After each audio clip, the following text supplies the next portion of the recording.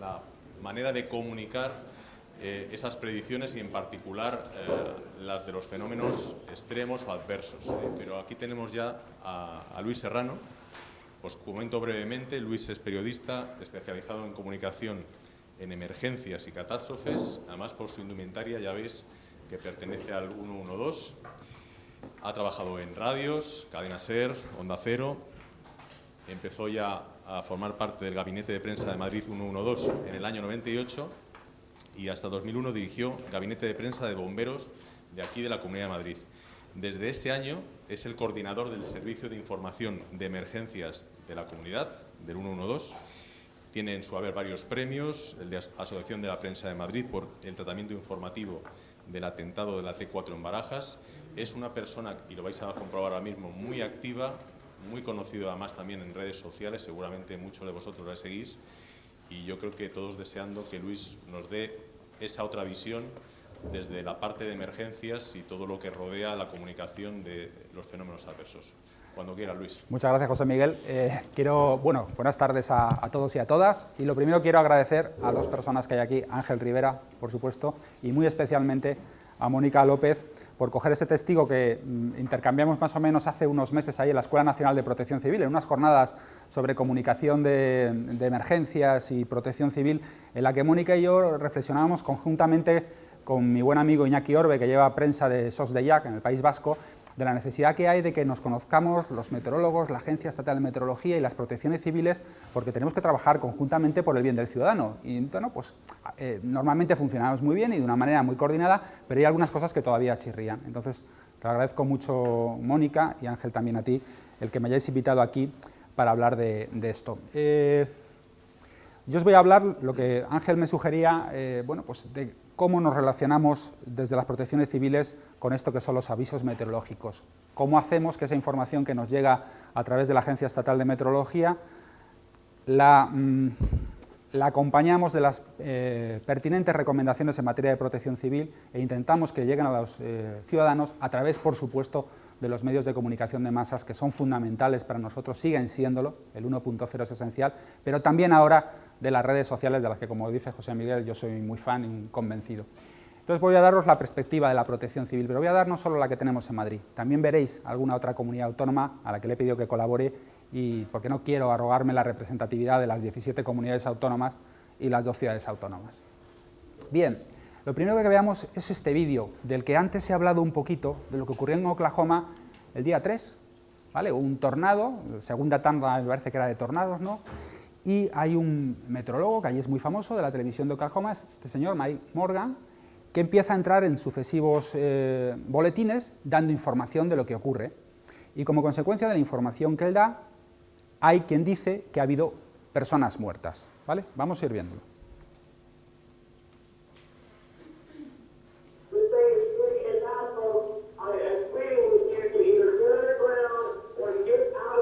Fijaos en estos textos, ¿eh?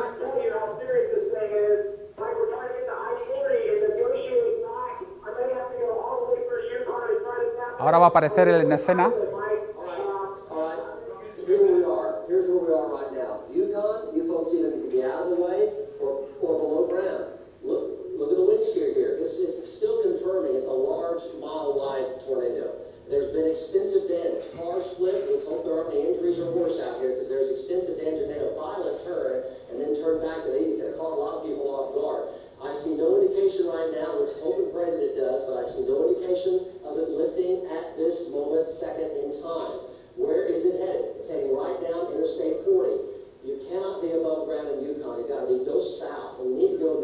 Que se vayan al sur, dice.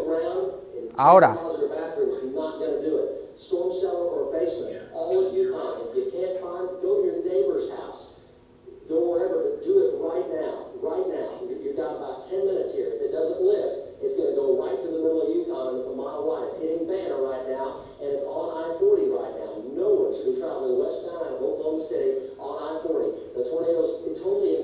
Y él lo va repitiendo y una y otra vez en sucesivos boletines, sigue dando el mismo mensaje.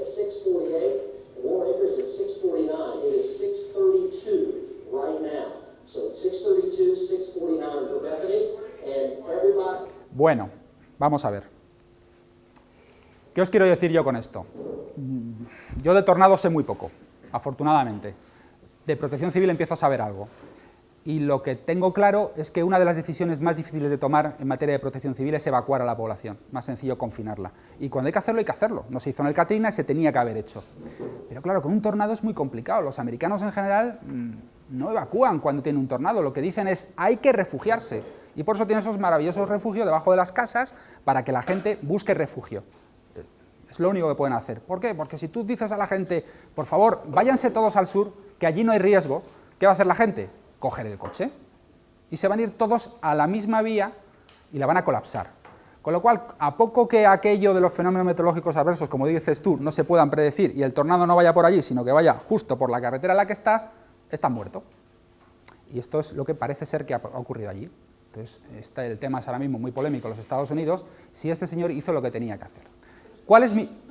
Sí. Está alertando, está alarmando. O sea, el tono... Sí, pero bueno, a lo mejor dentro de la manera de entender la comunicación de Estados Unidos, el tono es distinto de cómo lo haríamos aquí. Pero el mensaje, evidentemente lo que comunica aquí es la imagen, ¿eh? Todos lo sabemos, la comunicación no verbal es fundamental, es esencial. Si queremos calmar a la gente, comuniquemos con tranquilidad, ¿no? Démosles certezas en medio de una incertidumbre, que es lo que te mata cuando tienes una emergencia que viene. ¿Cuál es el problema? Que no dice...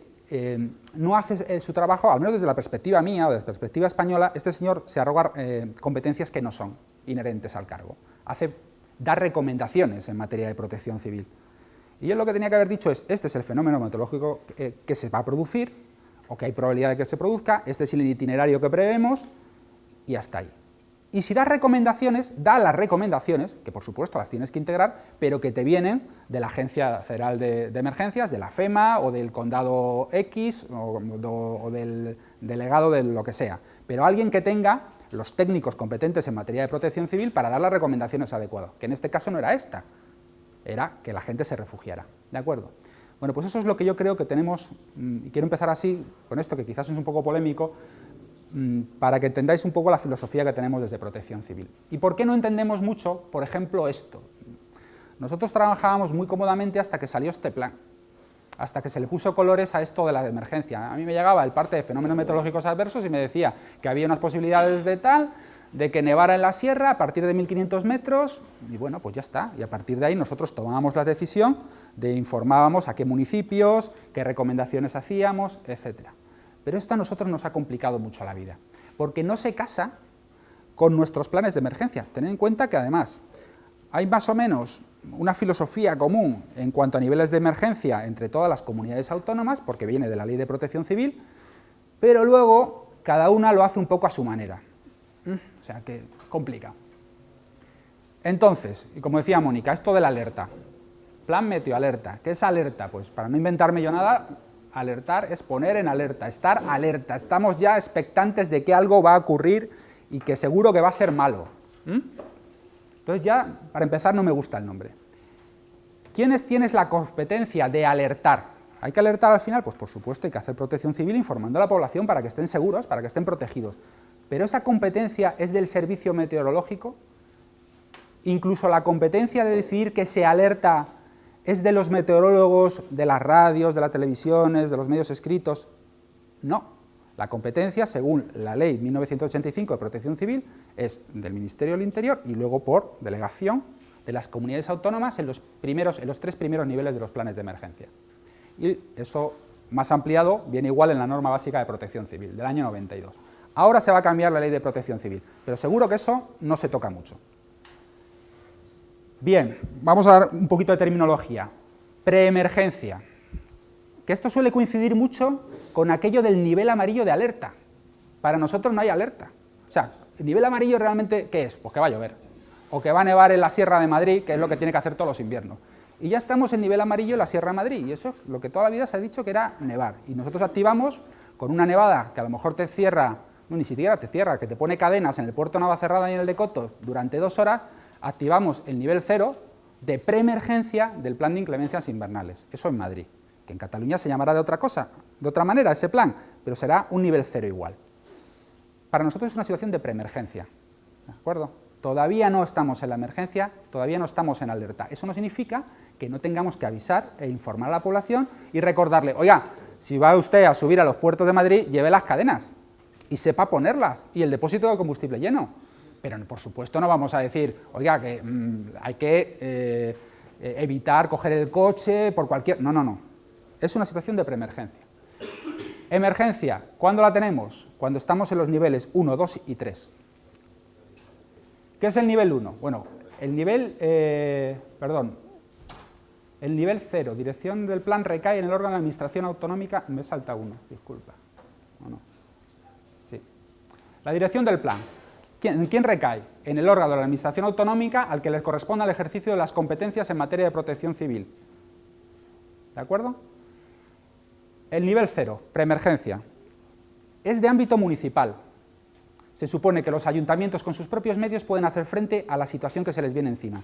Y las comunidades autónomas lo único que estamos haciendo es supervisar, informarnos de lo que está ocurriendo, para en función de eso que ocurre, de si se confirma o no la nevada o la nevada va más, activar un nivel ya de emergencia. ¿De acuerdo?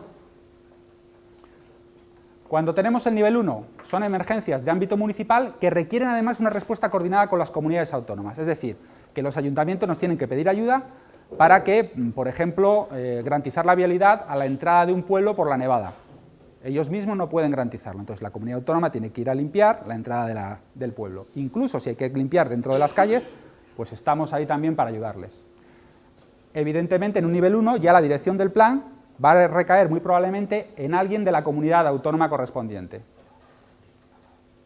En el nivel 2, fijaos que esto lo he estado haciendo con inundaciones, ¿veis las fotos? Un nivel 2, pues sería pues a lo mejor lo que ha ocurrido en Navarra, eso es un nivel 2 de emergencia, en el que la comunidad autónoma está al frente de toda la dirección del plan de emergencia, necesita recursos externos de la Administración Central del Estado, es decir, interviene la UME, pongamos el caso, pero no estamos ante una catástrofe mayúscula que ponga en juego el interés nacional, porque cuando está en juego el interés nacional, estamos ante un nivel 3 de emergencia. Y niveles 3 de emergencia en este país solamente ha habido una vez. A ver si sabe alguien cuándo. El atentado del 11M. Fue un nivel 3, nada más. O sea que no hemos tenido una catástrofe meteorológica, de origen meteorológico, que nos haya puesto en una situación de este tipo. Y ojalá no lo tengamos nunca. Esto es el Katrina. Evidentemente, ahí sí que estamos ante un nivel 3. Y no hemos tenido un Katrina. Bien, luego la semiótica va a condicionar mucho el efecto que tenga lo que le contemos al ciudadano, cómo lo va a percibir él. Si estamos constantemente hablando de que estamos en alerta de nivel amarillo, pues el ciudadano ya se le pone los pelos como escarpias, cuando realmente no va a ocurrir otra cosa que va a nevar en los puertos de montaña como tiene que nevar todos los inviernos. Luego a lo mejor tenemos un problema del uso del lenguaje y eso nos genera situaciones complicadas a la hora de gestionar la emergencia. Por lo tanto, para mí, meteoalerta no es igual a hacer protección civil y a dar comunicación de emergencias. La comunicación de emergencias la tenemos que hacer desde los servicios de protección civil. Somos los que tenemos que determinar, en función de esos datos meteorológicos que vosotros nos aportáis, cuáles son las recomendaciones en materia de protección civil. Y tenemos que decidir nosotros a través de qué canales distribuimos esa información, que van a ser los medios de comunicación tradicionales, la radio, la televisión, internet, las redes sociales, pero puede ser la megafonía estática en áreas de riesgo, por ejemplo en la industria Seveso, o mensajes masivos a la población, como utilizamos el otro día en un incendio en Arganda, que enviamos a 7.000 personas una llamada a sus teléfonos fijos, les sonaba el teléfono y les dábamos una serie de pautas y recomendaciones. Nosotros elegiremos los canales, pero con planteamientos de protección civil. Y los medios de comunicación no son más que otro canal para hacer protección civil, fundamental. Para nosotros, los periodistas, son agentes activos de protección civil, pero para trasladar las recomendaciones que nosotros consideramos. Una vez me pasó con una agencia informativa, precisamente era con una ola de frío, que llamé, bueno, pues para decirle, oye, va a haber una ola de frío, no parece que vaya a ser, va a ser más bien en la sierra, no hay mucho problema, estas son las recomendaciones. Y a las 2 horas miro el teletipo y me encuentro que había incluido un montón de recomendaciones que yo no le había dicho.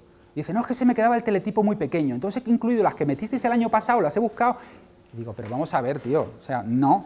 estás alarmando de más, estás dando recomendaciones como por ejemplo que la gente se deje los grifos un poquito abiertos porque y es que no va a llegar a tanto, con este umbral no va a llegar a tanto. Bueno, pues insisto, los que decidimos si la gente tiene que huir por el tornado o se tiene que confinar somos nosotros, ¿de acuerdo? Para eso tenemos técnicos especialistas en eso, que también se pueden equivocar, pero que son los responsables y los competentes. Por lo tanto, la competencia es de estos, encima de todos del Estado, pero delegada en las comunidades autónomas. Nos puede gustar más o menos el modelo territorial, y yo no vengo aquí a hablar de eso, si sería más efectivo porque la nube no entiende de fronteras, no lo sé, pero este es el modelo que hay ahora y es el constitucional, y esto es lo que tenemos, y con esto tenemos que trabajar. De hecho, fijaos, es que no casa. Un solo ejemplo, Canarias. Estos son los avisos que se lanzan desde la EMET, con sus colores. Es información en base a niveles de umbrales por fenómenos meteorológicos, ¿no? Y aquí la información tiene un concepto de riesgo, y es que esto no casa de ninguna manera, o sea, no, esto no coincide con lo otro, o sea, no. Por lo tanto, no me vale llamarle meteoalerta, debería llamarse meteoaviso. Yo comprendo que es una transcripción del meteoalarm americano, ¿no? Estuvo en el paso del asunto. Sí. Esto fue una prueba a nivel europeo.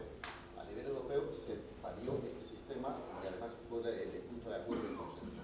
El nombre europeo era meteoalarm. Claro, meteoalarm. Entonces aquí nosotros nos preocupaba que incluso de meteoalarm nos parecía excesivo.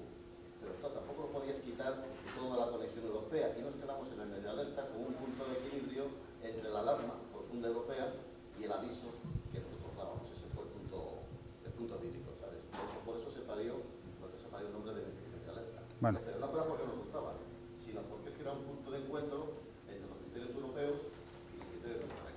Pues ya sabemos la génesis. En cualquier caso, tú escuchas a la gente de AMET hablar de esto y cuando lo exponen y te lo explican, ellos hablan de avisos constantemente. Ellos tienen muy claro que lo que están haciendo es avisar, pero como el nombre, desde mi punto de vista, no es muy adecuado, pues genera mucho ruido y genera mucha alarma entre los ciudadanos. Y a nosotros nos provoca muchos problemas. Por lo tanto, son las comunidades autónomas y los primeros niveles quienes deciden cuáles son los umbrales de la alerta y los mensajes. Ni siquiera la Administración Central del Estado, porque de hecho la Dirección General de Protección Civil del Estado también lanza sus alertas. Y en realidad lo que hace es avisar a los servicios que dependen de ella, a las delegaciones del Gobierno, a la Guardia Civil y a la UME, pero no ponen en alerta a las comunidades autónomas. Y nos encontramos con teletipos que cogen, según la Dirección General de Protección Civil del Estado, están en alertas por alerta amarilla o naranja o lo que sea, las comunidades autónomas, esta y esta. Y resulta que nosotros no hemos activado ni el nivel 0. Y a lo mejor ni lo activamos. Porque aquello, pues porque no. Y sin embargo, los periodistas, ¿qué van a poner? Pues lo que le viene, o sea, es que se lo estás poniendo a huevo para que te den el titular de que hay 10 comunidades autónomas que están en alerta según la Dirección General de Protección Civil del Estado, que es una fuente muy solvente y muy cualificada.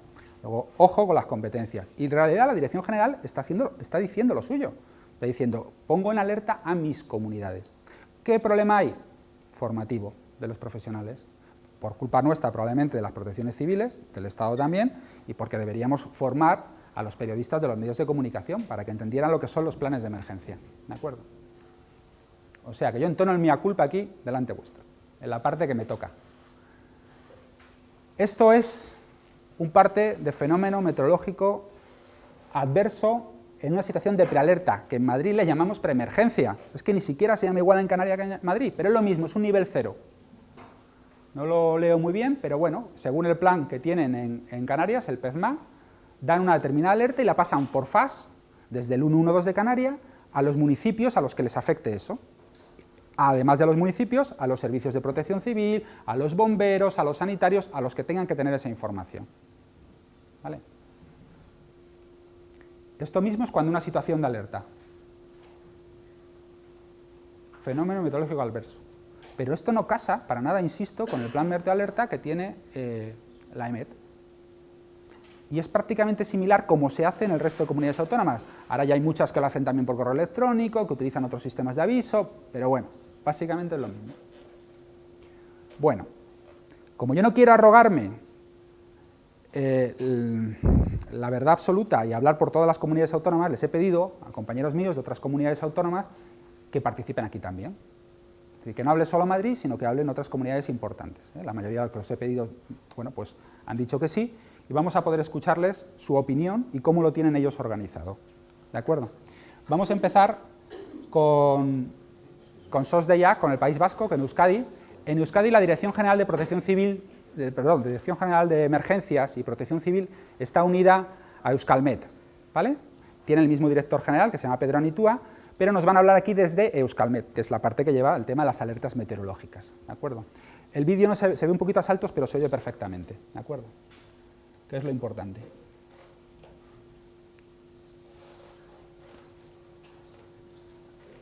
A ver si carga, que se lo está pensando.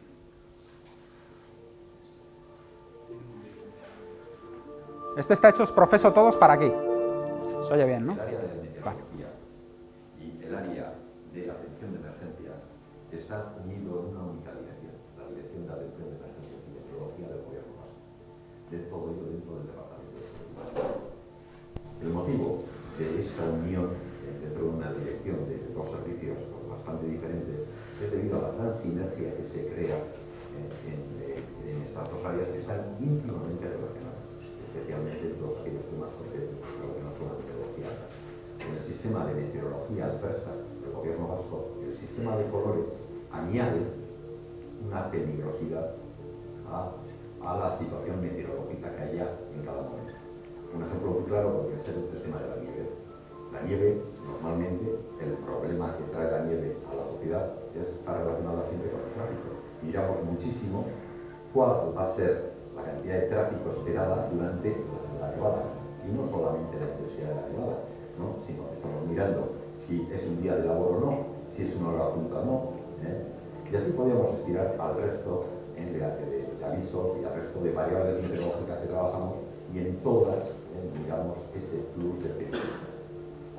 Es decir, una misma predicción meteorológica nos puede dar salidas diferentes, que sean en una situación ni amarilla, naranja o roja, en función de qué peligrosidad traiga esa situación. De esta forma, toda la actuación que tenga el bloque de atención de emergencias está ya preaviso, conoce la problemática, está ya preparado para actuar, incluso antes de que empiecen las problemáticas. Lo que hacemos es seguir este esquema de funcionamiento a la hora de clasificar las situaciones y de actuar en consecuencia. Entonces, tenemos una situación que es verde, en la que no hay ningún problema en la asociación a la meteorología que tenemos. Tenemos una situación amarilla, que es una situación muy frecuente y por tanto de normalidad, en la que al final se da muchas veces a lo largo del año y lo único que da lugar es a un aviso. Diferente es el caso cuando entramos en una situación naranja. En ese caso lo que activamos es una alerta y ya estamos muy cerca de los problemas. Ya puede afectar a un sector importante y ya empezamos a actuar en consecuencia. Una situación roja es una situación que se da una vez cada muchos años. Los problemas van a ser generalizados, vamos a tener muchos problemas. Lo que intentamos es que la población sea muy consciente de que estamos en una situación excepcional. Mandamos toda la información, por supuesto, por Twitter, por correo electrónico, por SMS, mandamos consejos a la población, mandamos notas de prensa y, sobre todo, activamos el plan correspondiente de protección civil. Es decir, se activan las mesas de crisis y está todo el mundo preparado antes de que haya el problema para tomar todas las medidas. En el Departamento de Seguridad lo que somos conscientes es que si no informamos al público, si no informamos a empresas, a instituciones, a todo el mundo de la situación de meteorología adversa, informándoles lo mejor posible de la situación del peligro, etc., todo lo demás no sirve para nada. O sea, hay que informar para que la meteorología sea algo válido. La ventaja del Twitter es que llega a cualquier punto de Euskadi. No necesita que una persona esté delante de un ordenador para coger la información. Con el teléfono va y está recibiendo en tiempo real, en segundos, información que queremos dar desde aquí sobre temas de peligrosidad, sobre temas de qué es lo que estamos registrando en un sitio, de dónde va una tormenta, de dónde va, si tenemos una galerna que ha entrado en Calla, que está explotándose. esos fenómenos meteorológicos muy rápidos que van y que no nos daban tiempo de llegar a toda la población, ahora sí, ahora llegamos tranquilamente y todo el mundo está enterado al instante. Pero no solamente sirve para que la gente esté enterada, sirve para que también los grupos de intervención, bomberos, Cruz Roja, instituciones, etcétera, estén en cada momento informados de lo que está pasando. La experiencia nos está indicando que la unión de esa guía con esas advertencias lo único es para mejorar cada una de las partes clarísimamente, gastar menos recursos, estar todos mejor, pero mucho más eficaces y bueno, y que yo creo que haciendo este camino vamos por una velocidad. Vale, fijaos que muchas gracias primero a SOS de IAC y a Euskalmet, que es que ellos lo tienen unidos, lo cual es muy interesante, como hablaba antes en la comida. Probablemente la meteorología y la protección civil trabajarían muy bien si juntas en bajo una misma dirección general, ¿no? Haríamos cosas muy positivas. Y fijaos que además ellos, hasta que no llegan al nivel naranja, no hablan de alerta, aunque utilicen más o menos la misma simbología de colores, pero hasta que no llegan al nivel naranja, la palabra alerta no está en su vocabulario. Por algo será. Seguimos adelante. Vamos a hablar de Cataluña. Este es mi amigo Sergio Delgado, su director de Protección Civil de Cataluña, nos cuenta su modelo.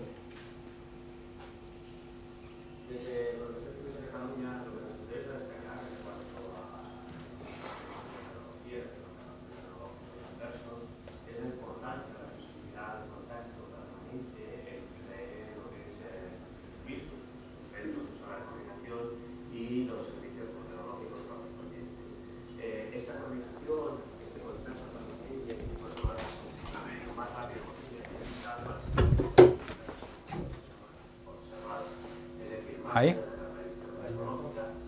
¿Más? Está el audio ahí, ¿no? ¿Eh? Está el Sí, es el último botón de la botón. derecha. Es que suena Ahora suena el pito, ahora hay que bajarlo. ¿Lo puedes bajarte un poco? Gracias. En cuanto a difusión de información, podamos avisar a los diferentes centros receptores de alarmas de los municipios, en el caso de Cataluña hasta 947, que son los términos municipales existentes, así como otras entidades locales, como pueden ser comarcas, contactos institucionales, elementos especialmente vulnerables, como pueden ser campings o otras actividades estratégicas y vulnerables, y de esta forma conseguir que ese fenómeno observado llegue ese aviso de forma muy rápida al terreno potencialmente afectado. Esto, digamos, que de alguna forma es lo que marca la capacidad de reacción y la potencialidad o no, es decir, la prevención o no de los efectos del fenómeno. Sin este mecanismo de aviso, sin esta capacidad de actuar de forma rápida, se pueden agravar seriamente los efectos de un fenómeno observado severo, como pueden ser lluvias torrenciales, como puede ser una bajada repentina de cota de nieve, etcétera, etcétera.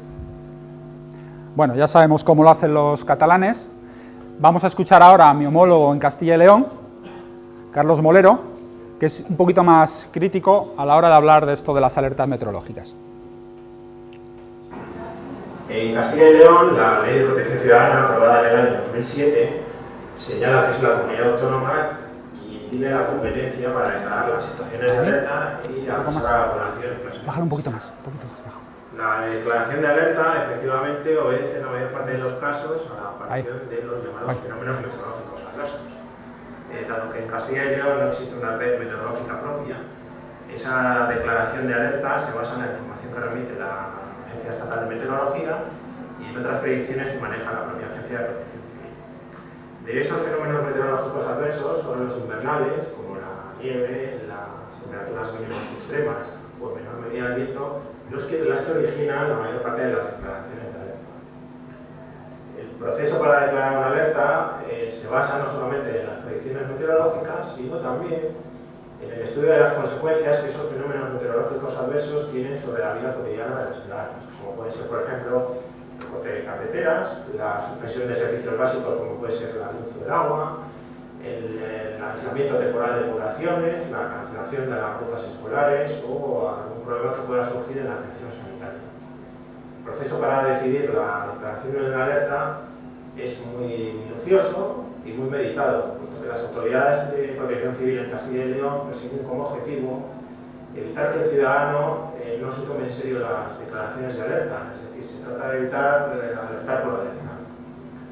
Una vez decidida la declaración de alerta, la Agencia de Protección Civil hace un traslado reglado y protocolizado de la información sobre el tipo de riesgo que se prevé y su duración a otros centros directivos de la Administración regional, a otros centros directivos de las administraciones locales, como pueden ser los ayuntamientos y las diputaciones, de la propia Administración General del Estado, así como a las empresas de transporte de mercancías y pasajeros o empresas suministradoras de servicios básicos, como pueden ser el gas, la luz o la electricidad, y a las entidades colaboradoras de protección civil, a fin de que tomen las medidas oportunas para cada una de las situaciones. Además, esa información se hace llegar a los ciudadanos y a los medios de comunicación a través del portal web del Servicio de Emergencias 112 de Castilla y León y del propio portal corporativo de la Junta de Castilla y León, además de emplear las redes sociales como cuenta el Servicio de Emergencias 112, como pueden ser las cuentas en Facebook y en Twitter. Bueno, muchas gracias a Castilla y León también. Como veis, parece que es común entre todas las comunidades autónomas que procuramos no alertar por alertar, ¿vale? Procuramos dar la información necesaria para cada uno de los fenómenos meteorológicos, pero no más, tampoco menos. Intentamos ser lo más equilibrado posible y para eso contamos con nuestros técnicos, ¿de acuerdo? Hemos visto dos comunidades autónomas importantes, todas lo son, pero lo digo en cuanto a peso específico en el Estado, como pueda ser Cataluña, como es Euskadi, una muy extensa, como es Castilla y León, y vamos a ver una muy chiquitita, pero no menos importante, que no es esta, sino Ceuta. Mi amigo Javier Romaguera, director del Centro 112 de Ceuta, Ceuta tiene una particularidad muy curiosa, y es que es el número de habitantes que tiene por metro cuadrado es el más alto de toda la Unión Europea, porque todos los días entra tanta gente y sale de la ciudad que, bueno, está por encima de la media española y europea, ¿de acuerdo? Entonces, es un factor a tener en cuenta para entender también cómo piensan los ceutíes sobre esto.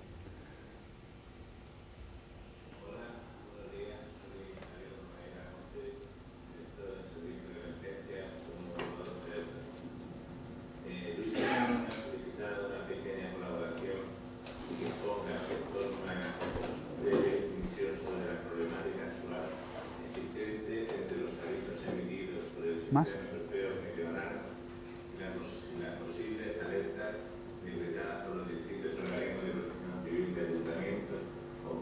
¿Oís bien?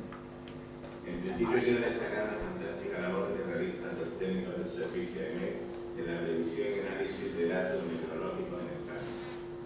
Todos los que nos encontramos inmersos en el mundo de las emergencias conocemos la diferencia existente entre un aviso informativo de una agencia meteorológica y una alerta decretada por un organismo de protección o seguridad. El aviso de la agencia de meteorología indica exclusivamente las características de un posible fenómeno adverso que según sus estudios pueden atravesar determinada zona. La alerta, sin embargo, es decretada por los organismos de protección civil en base a múltiples criterios de permisión meteorológica, posibles daños previstos, zonas específicas de riesgo, planes organizativos o incluso de contingencia cuando ya se ha desarrollado el tema para establecer servicios básicos, etc. Como se puede comprobar, nada tiene que ver una cosa con la otra. El aviso de las agencias meteorológicas tiene un fin preventivo, mientras que las alertas decretadas por los organismos de protección civil y seguridad son activaciones de planes de protección para paliar daños y sobre todo proteger a la ciudadanía y mantener las alertas ante el desarrollo de un fenómeno meteorológico adverso o situación catastrófica. Por lo general, un aviso de color naranja de AMET puede corresponder a una alerta de nivel rojo sobre múltiples parámetros. El problema está en que debido a la similitud de los términos y la forma visual de entenderlos por colores, por desgracia causa confusión con el resto de la ciudadanía, cosa que por otro lado normal. Lo que ya es más preocupante por su enorme difusión, también pasa con algunos profesionales de los medios de comunicación.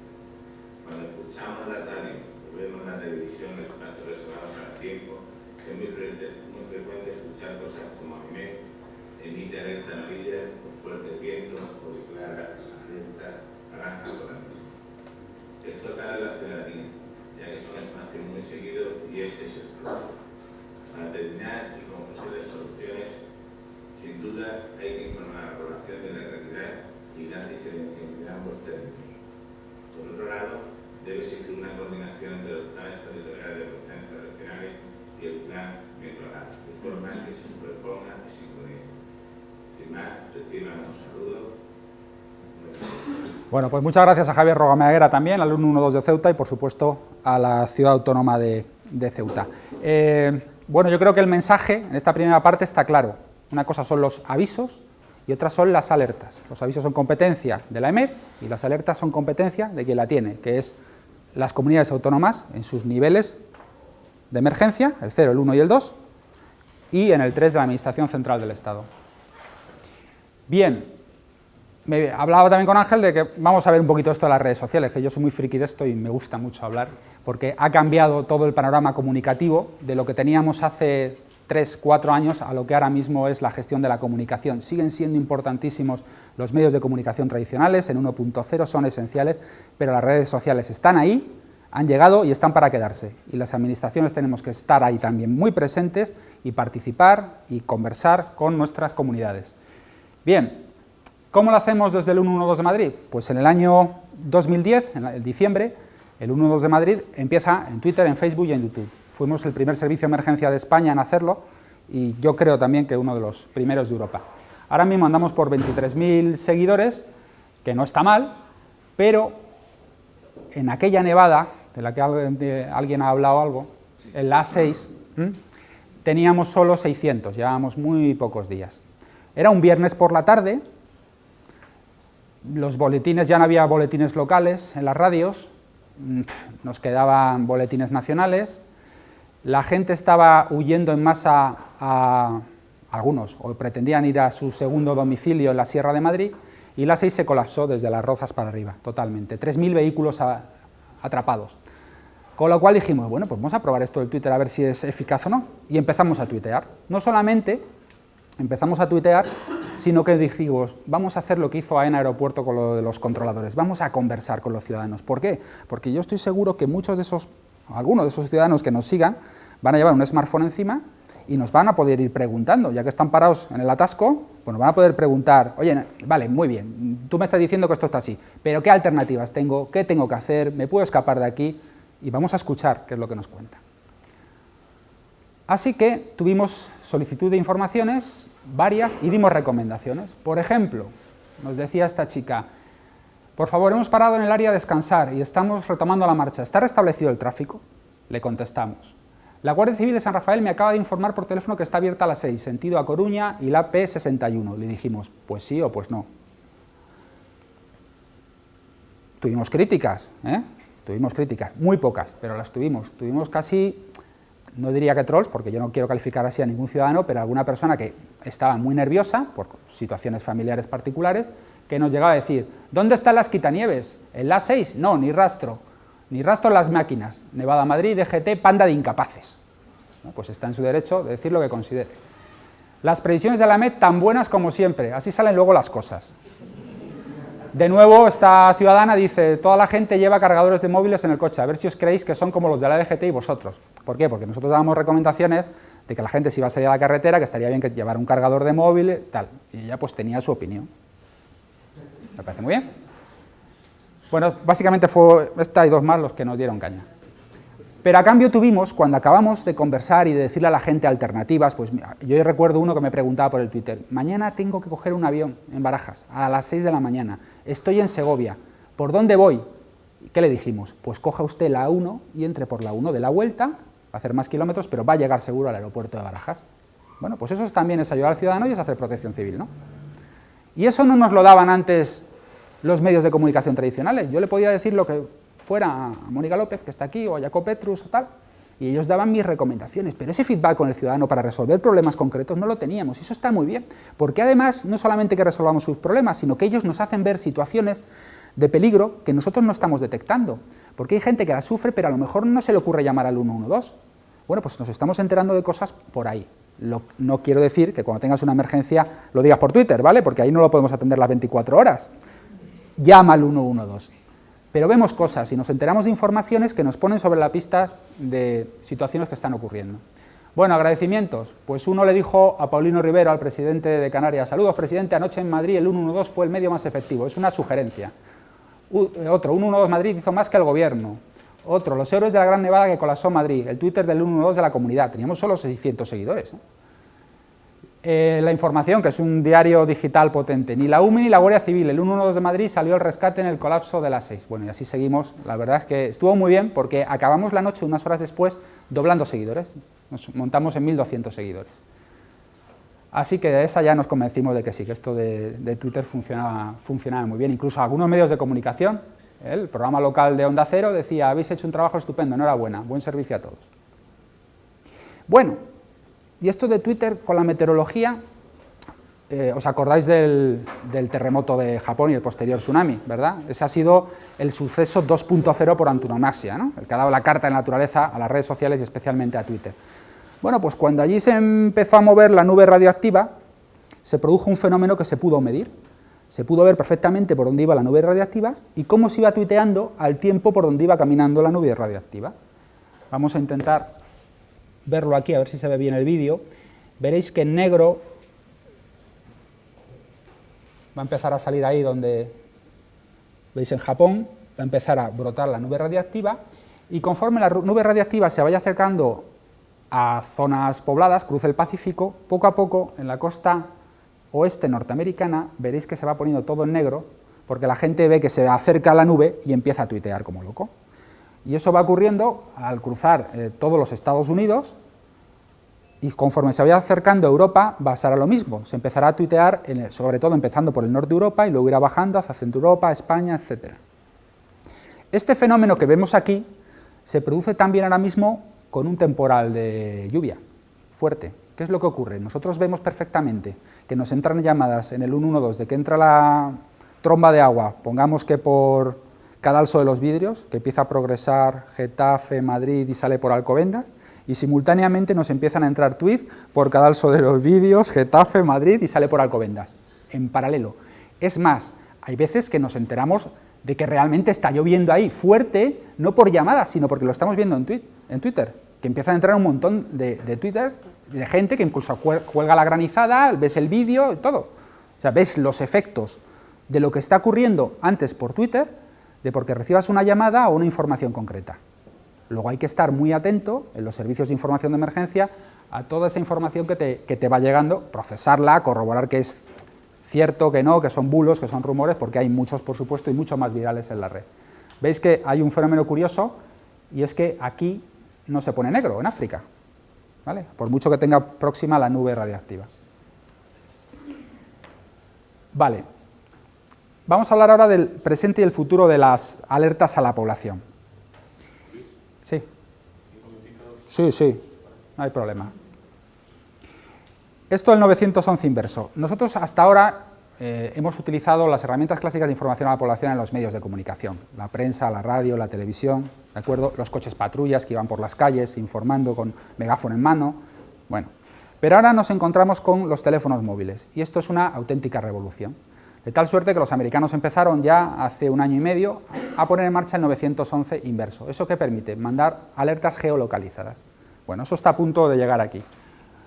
¿Cómo lo hacen? Los americanos tienen este sistema de comunicación de emergencias que básicamente saca las alertas de las agencias que le corresponden y la difunden por este sistema de alertas de emergencia, a través de la NOAA, por internet, etc. De aquí lo que me interesa es esto, el Wireless Emergency Alerts, ¿vale? Que lo vamos a ver un poquito más en detalle. ¿Qué es lo que es esto? Las cosas que nos pueden mantener seguros, las que usamos todo el tiempo sin pensar, las que aguardan en silencio a salvarnos la vida, y ahora las que llevamos con nosotros a donde vayamos. Muchos dispositivos móviles ahora ofrecen alertas inalámbricas de emergencia, información en tiempo real de fuentes locales en las que confías. Con su sonido y vibración particular estarás al tanto donde quiera que estés. Vamos a verlo un poco más en detalle en otro vídeo que hay sobre esto mismo. Es decir, el kit de supervivencia ha aumentado. hay que llevar un teléfono móvil, si puede ser un smartphone, y a partir de ahí puedes recibir alertas por SMS o a través de aplicaciones móviles. Serían las dos vías, ¿vale? Los americanos tienen este sistema que lo que permite es mandar 3 tipos de alerta por SMS, por así decirlo. Son alertas ámbar de niños desaparecidos, alertas presidenciales y alertas meteorológicas. Pero no podríamos ampliarlo a todo lo que quisiéramos desde los servicios de protección civil, ¿vale? Alertas como estas. No va mal de tiempo. Y en Europa, pues hay una recomendación del Parlamento Europeo de 2011 que dice a todos los Estados de la Unión que tienen que poner en marcha servicios de 112 inverso. Es decir, no se trata solo de que nos aviséis vosotros a nosotros de la emergencia y llames, oiga, que hay aquí una persona herida, sino que yo te pueda decir a ti, en caso de una alerta meteorológica o de una nube tóxica, qué tienes que hacer, si confinar, si evacuar, darte recomendaciones geolocalizadas, de manera que sepamos, estos teléfonos están dentro de una determinada área y te va a llegar el aviso. ¿Qué herramientas hay ahora mismo privadas que pueden servir para hacer esto, que no son públicas? Pues hay una aplicación que se llama SpotBros, que permite avisar a la gente que tienes alrededor en 1,5 kilómetros de lo que quieras, ¿vale? O Safety GPS, que está ya más pensada para las administraciones y que puede hacer precisamente eso, como veis aquí en este circulito, mandar una alerta en el radio que tú quieras. Bien, estas herramientas ahora mismo son gratuitas, las dos. Cataluña, que lo han dicho antes, ha sido la primera comunidad autónoma que ha puesto en marcha un servicio de 112 inverso. Y es a través de la aplicación GenCat, tú decides libremente aceptar determinadas alertas y cuando la haya en tu entorno vas a recibir un mensaje del 112 de Cataluña pues diciéndote cuál es la situación y cuáles son las recomendaciones. ¿Qué es lo ideal y en lo que se está trabajando en varios centros 112? Nosotros lo estamos haciendo también, en que tú aquí en esta parte de abajo del móvil te puedas poner un icono como este, con el que tú llames al 112 y nos des exactamente el lugar en el que estás, es decir, cuando entre la llamada del 112, según te descolguemos, sepamos la X y la Y, y por lo tanto, que con una precisión de 10, 20, 30 metros, ¿dónde estás? Pero que nosotros de vuelta te mandemos a ti la información geolocalizada, todo el que esté en un entorno determinado, podamos darle una información y unas recomendaciones, ¿de acuerdo? Como esto, imaginaos una nube tóxico de bromuro de metilo, que esto es, la verdad es que bastante peligroso y muy tóxico, pues a estos seguramente les vamos a decir que se quedan confinados y a estos que evacúen, ¿vale? Esto se puede hacer ya y en breve lo vamos a tener ya aquí, durante este año se va a extender, yo creo que ya definitivamente a los centros 112. En cualquier caso, ojo, que la tecnología está muy bien, pero sigue valiendo lo de antes, que seguimos, la protección civil utilizamos todo, la tecnología es maravillosa, pero un poquito de sentido común, o sea, si de verdad ocurre una cosa como esto, antes de salir, por favor, no os pongáis a tuitearlo, ya lo hacéis cuando estéis en la calle, así que nada más, muchas gracias, hasta pronto.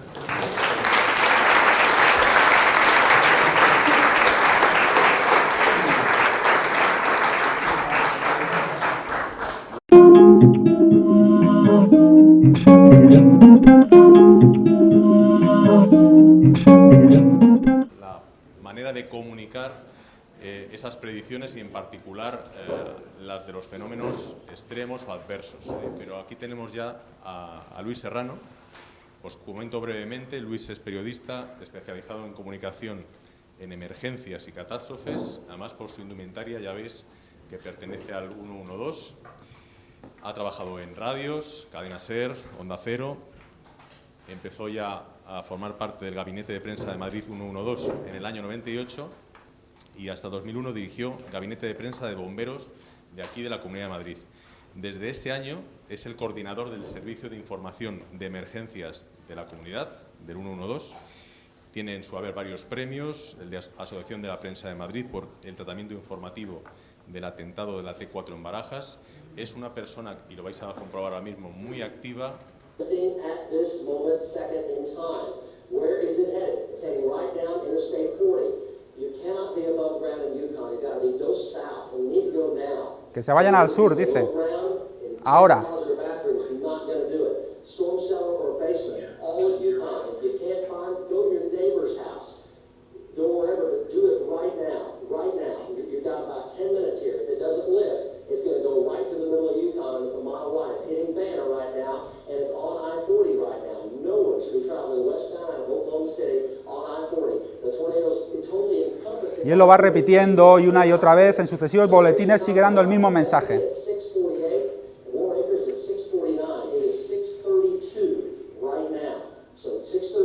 649 for Bethany, and everybody... Bueno, vamos a ver.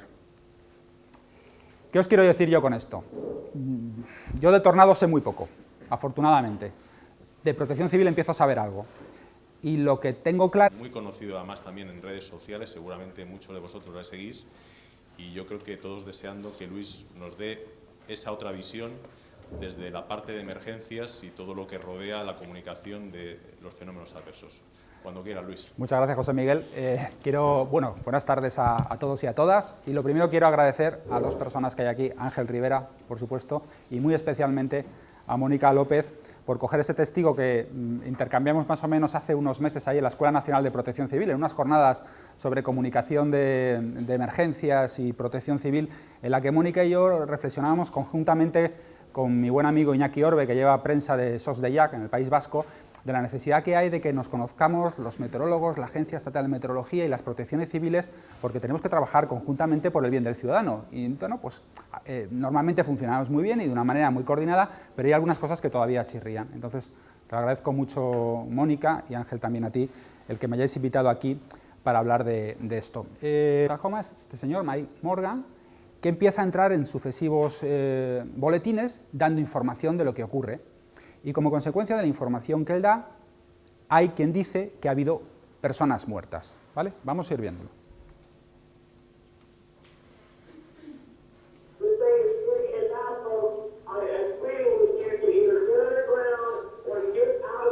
Fijaos en estos textos, ¿eh?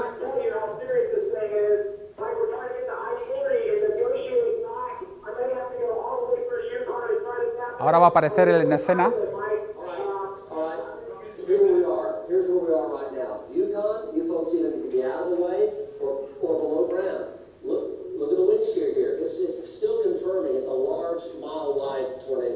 There's been extensive damage. Cars split. Let's hope there aren't any injuries or worse out here, because there's extensive damage. It made a violent turn and then turned back to the east. It caught a lot of people off guard. I see no indication right now. Let's hope and pray that it does, but I see no indication of it. Yo os voy a hablar, lo que Ángel me sugería, bueno, pues de cómo nos relacionamos desde las protecciones civiles con esto que son los avisos meteorológicos. Cómo hacemos que esa información que nos llega a través de la Agencia Estatal de Meteorología la acompañamos de las pertinentes recomendaciones en materia de protección civil e intentamos que lleguen a los ciudadanos a través, por supuesto, de los medios de comunicación de masas, que son fundamentales para nosotros, siguen siéndolo, el 1.0 es esencial, pero también ahora de las redes sociales, de las que, como dice José Miguel, yo soy muy fan y convencido. Entonces voy a daros la perspectiva de la protección civil, pero voy a dar no solo la que tenemos en Madrid, también veréis alguna otra comunidad autónoma a la que le he pedido que colabore, y porque no quiero arrogarme la representatividad de las 17 comunidades autónomas y las 2 ciudades autónomas. Bien, lo primero que veamos es este vídeo, del que antes he hablado un poquito, de lo que ocurrió en Oklahoma el día 3, ¿vale? Un tornado, segunda tanda me parece que era de tornados, ¿no? Y hay un meteorólogo que allí es muy famoso, de la televisión de